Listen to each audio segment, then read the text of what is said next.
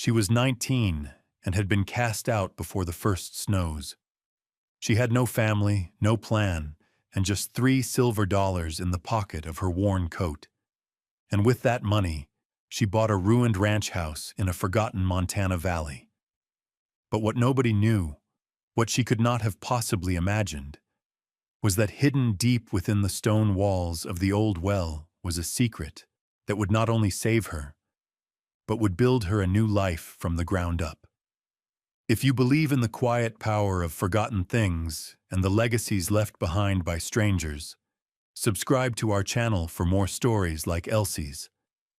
Elspeth May Collins was born in the autumn of 1888 in a small cabin tucked into a fold of the Bitterroot Valley, a place where the mountains were sharp against the sky and the winters were long and unforgiving.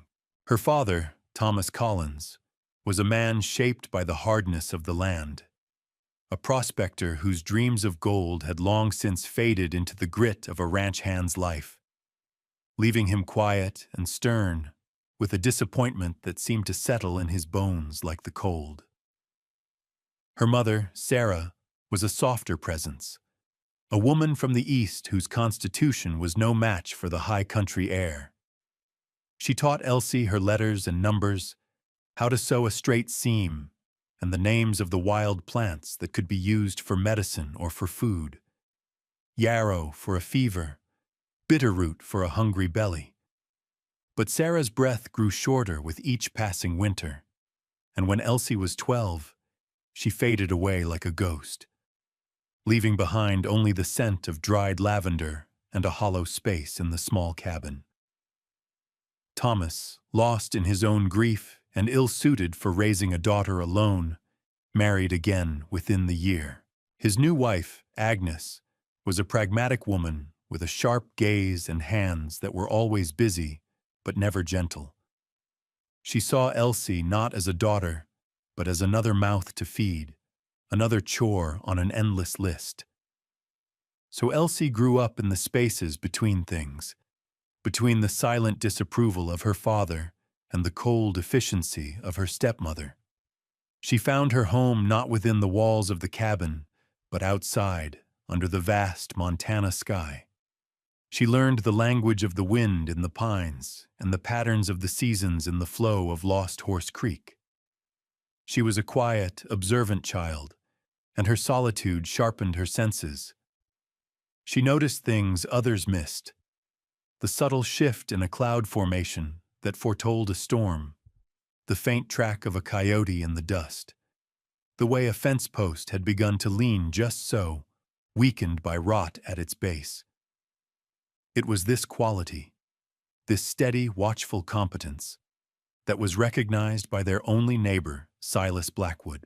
Silas was an old widower who lived on a small homestead a mile down the creek.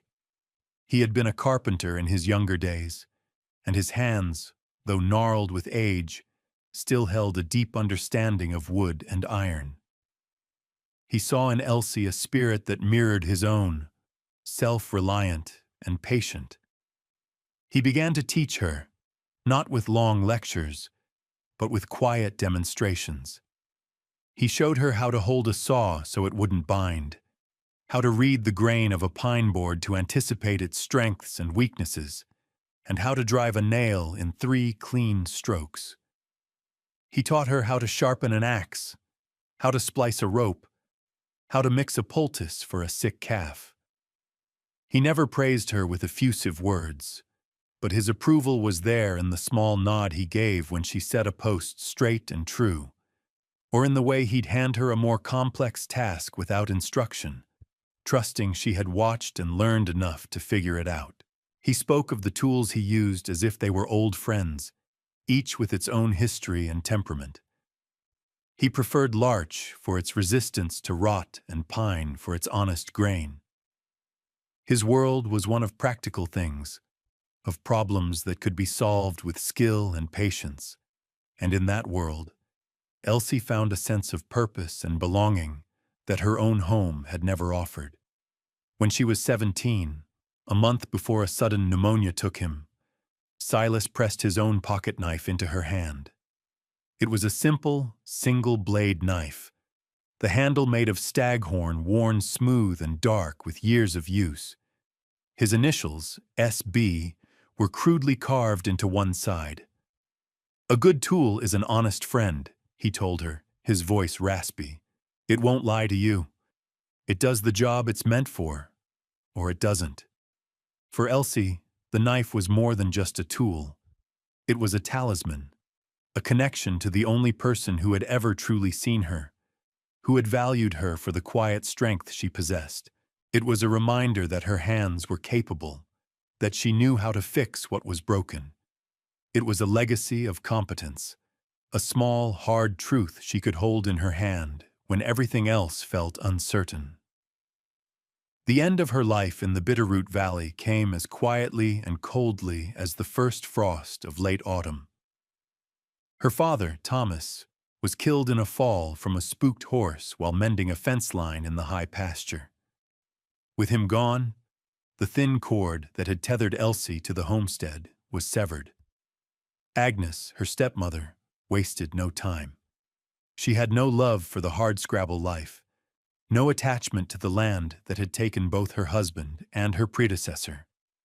Her plan was simple and swift: sell the small, indebted ranch and use the money to buy a train ticket back to Ohio, where her sister lived in a town with paved streets and a haberdashery.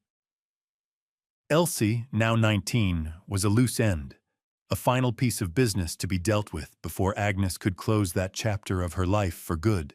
There was no confrontation, no heated argument, no dramatic scene of pleading or tears. The cruelty was in the transaction, in its clean, administrative finality. Elsie had spent the day replacing a section of fence that had been damaged by a fallen pine, her hands raw from the cold and the rough wood. When she walked back to the cabin as dusk settled over the valley, she saw it immediately.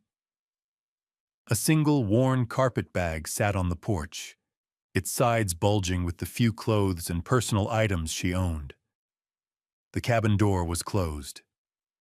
Agnes stood behind the screen, a dark silhouette against the dim lamplight inside. She did not open the door. Her voice came through the mesh, flat and devoid of emotion. "The place is sold, Elsie. The papers were signed this morning. The new family arrives in 3 days." She paused, as if reciting a memorized speech. "I'm taking the morning coach out of the valley. I can't take you with me." A small silence hung in the cold air, broken only by the sound of the wind in the eaves. Then something slid across the wooden porch boards, glinting in the fading light. "This is all I can spare. $3 silver." Elsie looked down at the coins, then back at the closed door, at the shape of the woman who was erasing her from her life. She felt a strange calm settle over her, a cold, clear stillness. There was nothing to say, no argument to be made. The decision was as solid and immovable as the mountains behind her. She did not beg. She did not cry. She simply gave a single, small nod, an acknowledgement of the fact. She bent down, her joints stiff from the day's labor, and her fingers closed around the cold metal of the coins. She picked up the carpet bag, its weight familiar in her hand. Without a final look back at the only home she had ever known, she turned and began to walk down the long, rutted track that led away from the ranch. Her other hand was deep in her coat pocket, her knuckles pressed against the worn staghorn handle of Silas Blackwood's knife. It was a small, hard point of certainty in a world that had just dissolved around her. The land and the sky were all she had left. She walked north, with no destination in mind, only a powerful instinct to put distance between herself and the life that had just ended. The landscape of her childhood, the familiar contours of the Bitterroot Range, receded behind her with every step. The air grew colder, carrying the sharp, clean scent of pine and the damp, earthy smell of fallen leaves. The larch trees, which Silas had always called the golden ghosts of autumn, were at the peak of their color, their needles a brilliant, fiery yellow against the dark green of the firs and the heavy gray of the sky. Soon they would fall, carpeting the forest floor in a soft, fragrant blanket, just before the snows came to bury everything in white. She moved through this changing world with the quiet endurance of a creature native to it. The first night, she found shelter in an abandoned line shack, its roof leaky, but its walls sound enough to break the wind. She ate a piece of the dry bread and hard cheese Agnes had packed in her bag, a final, perfunctory act of care that felt more like an insult than a kindness. She drank from a creek so cold it made her teeth ache, the water tasting of stone and distance. Her boots, though worn, were sturdy, and her body was strong from years of physical work. She was not afraid of the solitude or the hardship of the journey. They were familiar companions. Her mind, free from the daily weight of her stepmother's disapproval, became clear and sharp. She noticed everything: the way the wind whispered through a stand of aspen, the fresh tracks of a doe and fawn at a river's edge, the distant call of an eagle circling high above a ridge.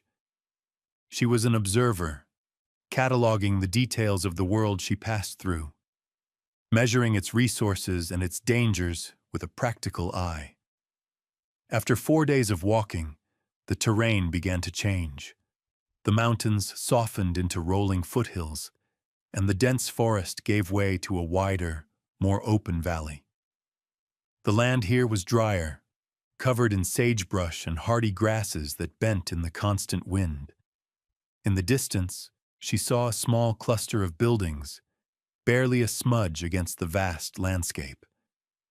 As she drew closer, it resolved itself into a town, though it was hardly more than a crossroads.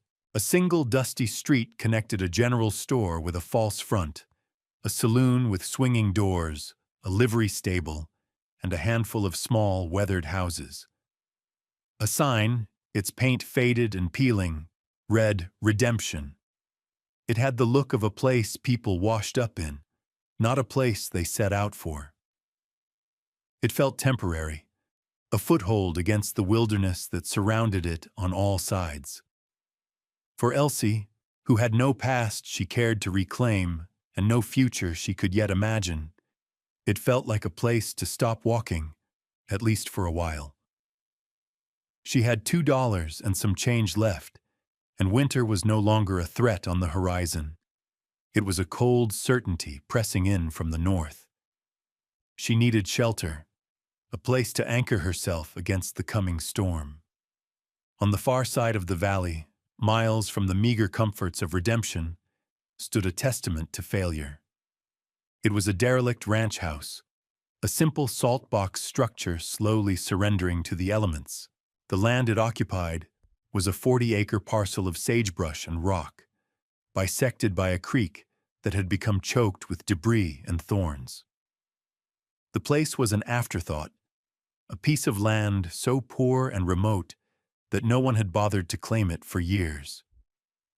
To most eyes, it was a ruin, a symbol of a dream that had died. But Elsie, standing on the rise overlooking it, saw something else. She saw good bones.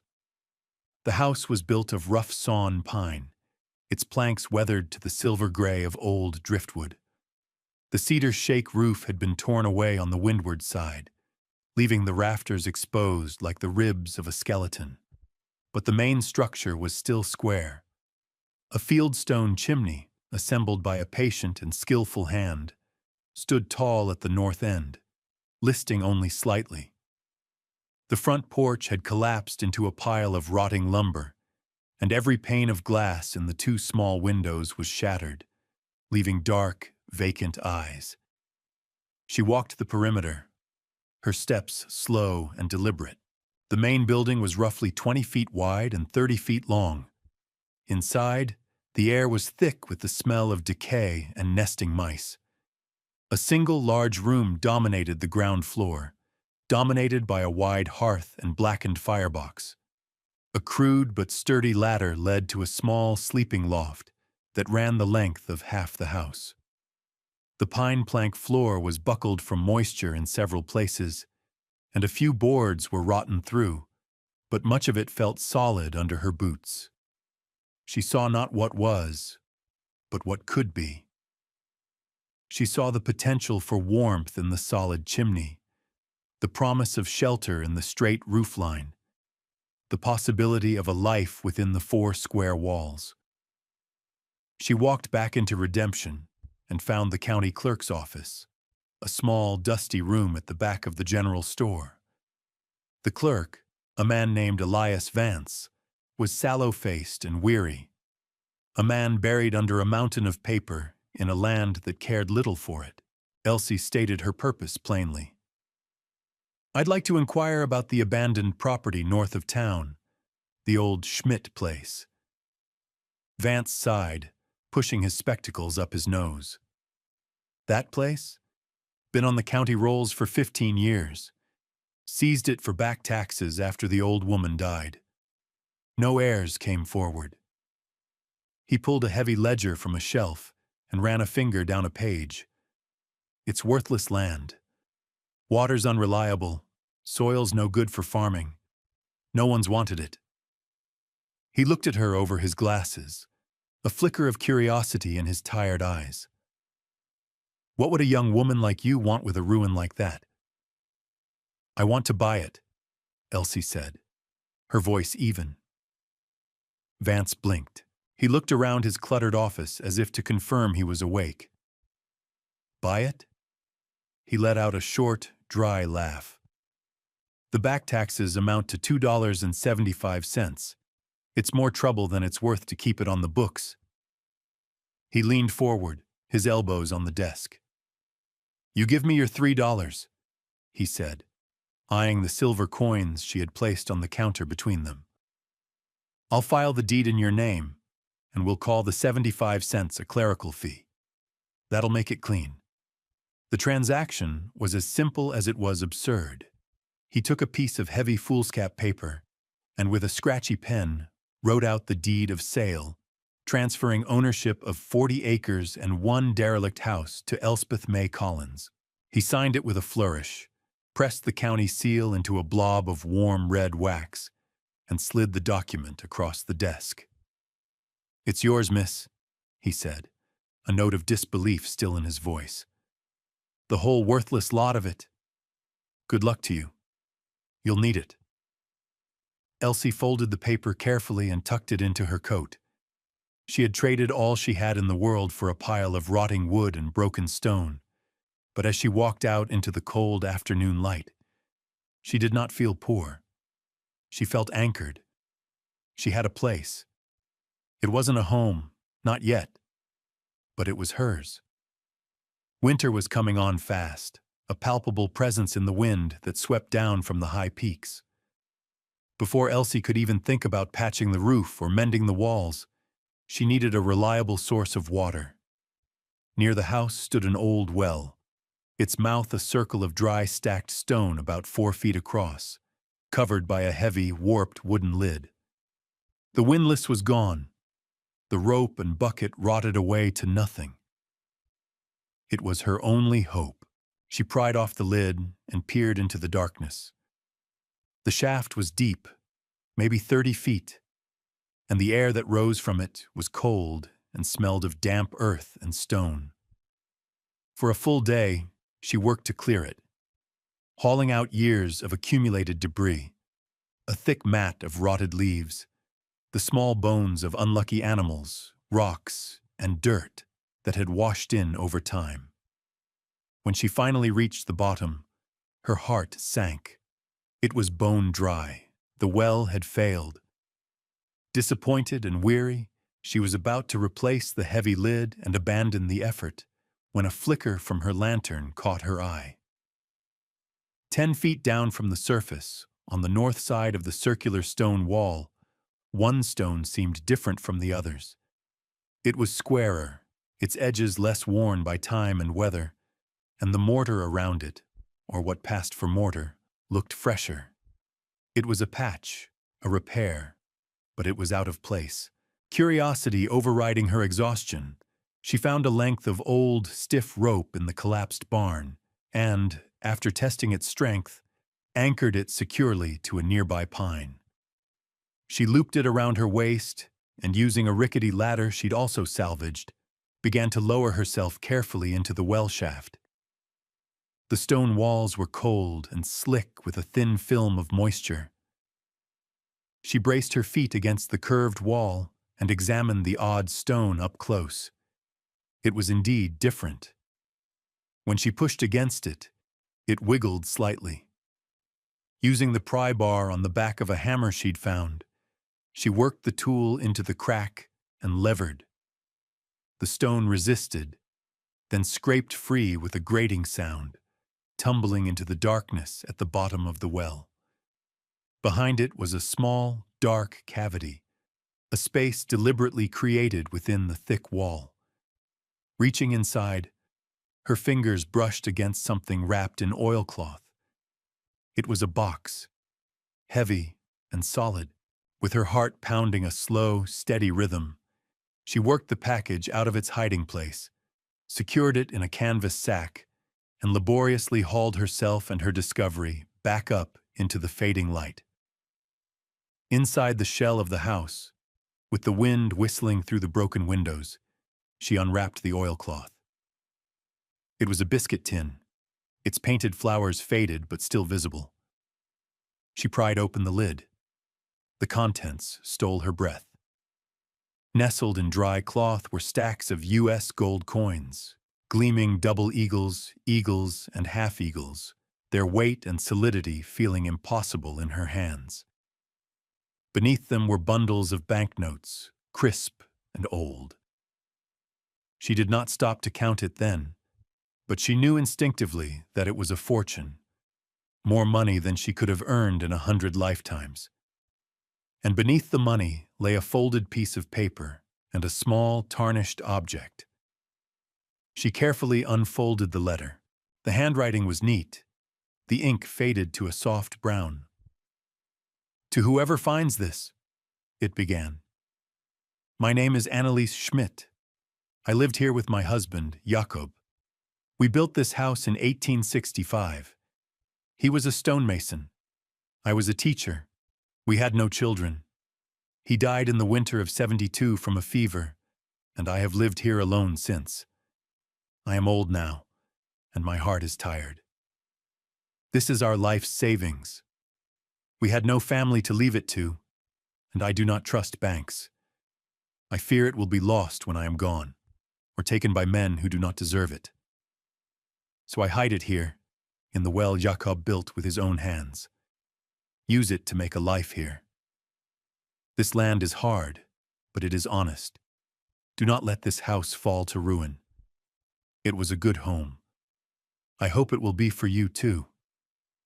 Anneliese Schmidt, May 1883. Elsie read the words twice, her fingers tracing the elegant script. It was a voice from the past, a story of love and loss and foresight, left in the dark for a stranger. The last item in the box was a small silver locket. She opened the delicate clasp. On one side was a tiny, faded photograph of a man with a thick mustache and serious eyes, Jacob, the stonemason. The other side was empty, a polished, waiting surface. Elsie sat on the dusty floor as the last light of day vanished, the gold coins cool against her skin, the letter in her lap. Anneliese Schmidt's gift was more than money. It was a charge, a responsibility.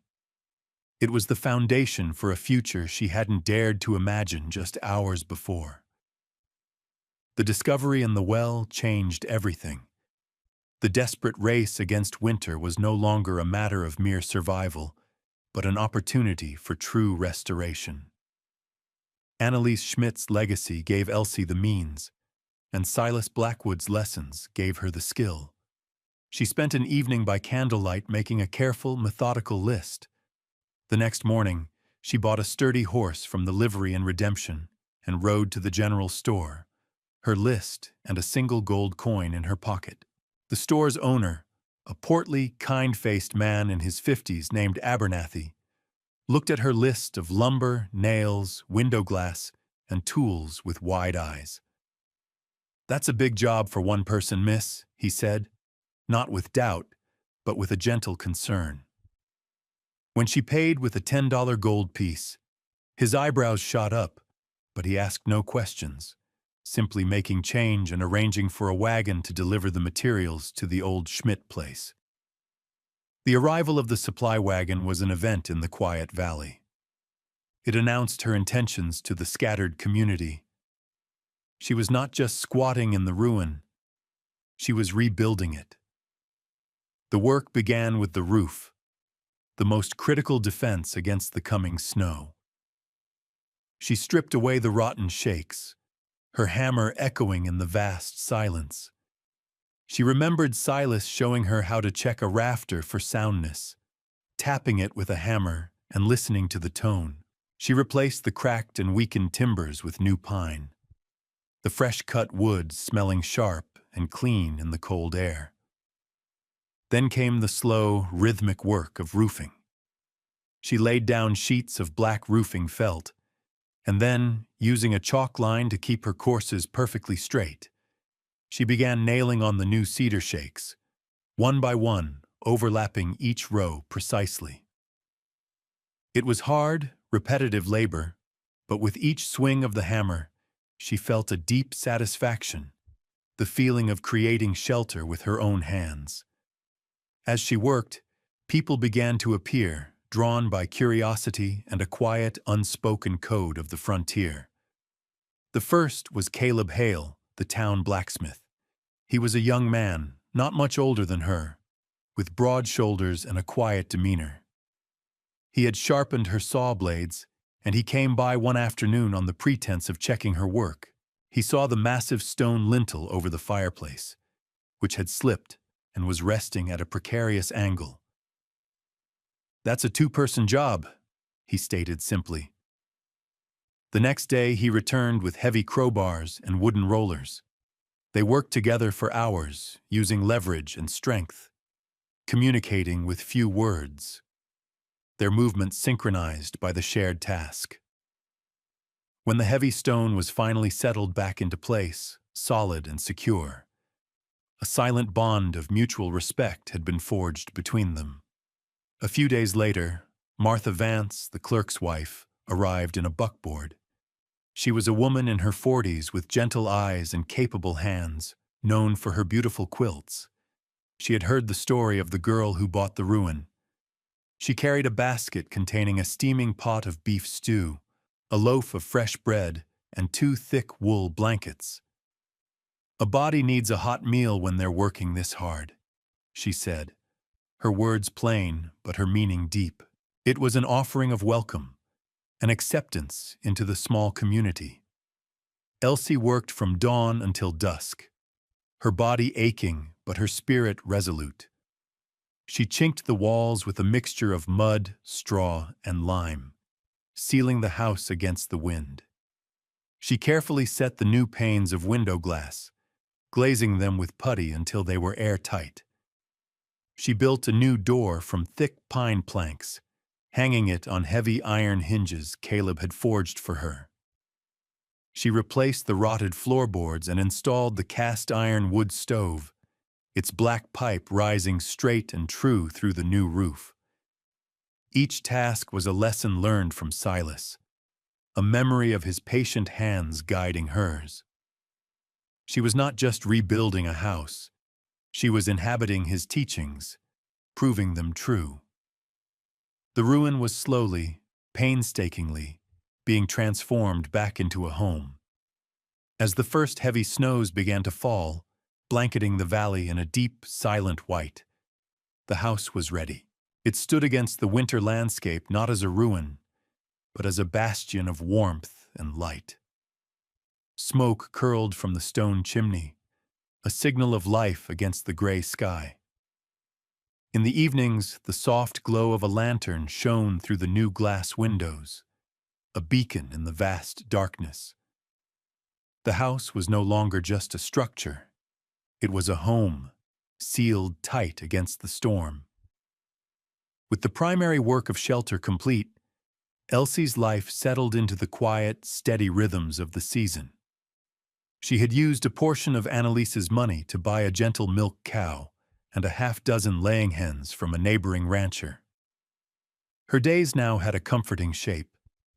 Rising before dawn to the warmth of the stove, milking the cow in the cold, crisp air of the shed she had repaired, scattering grain for the chickens, chopping wood, and tending to the endless small tasks of a homestead. The work was constant, but it was purposeful. It was work that sustained her, that rooted her to the place.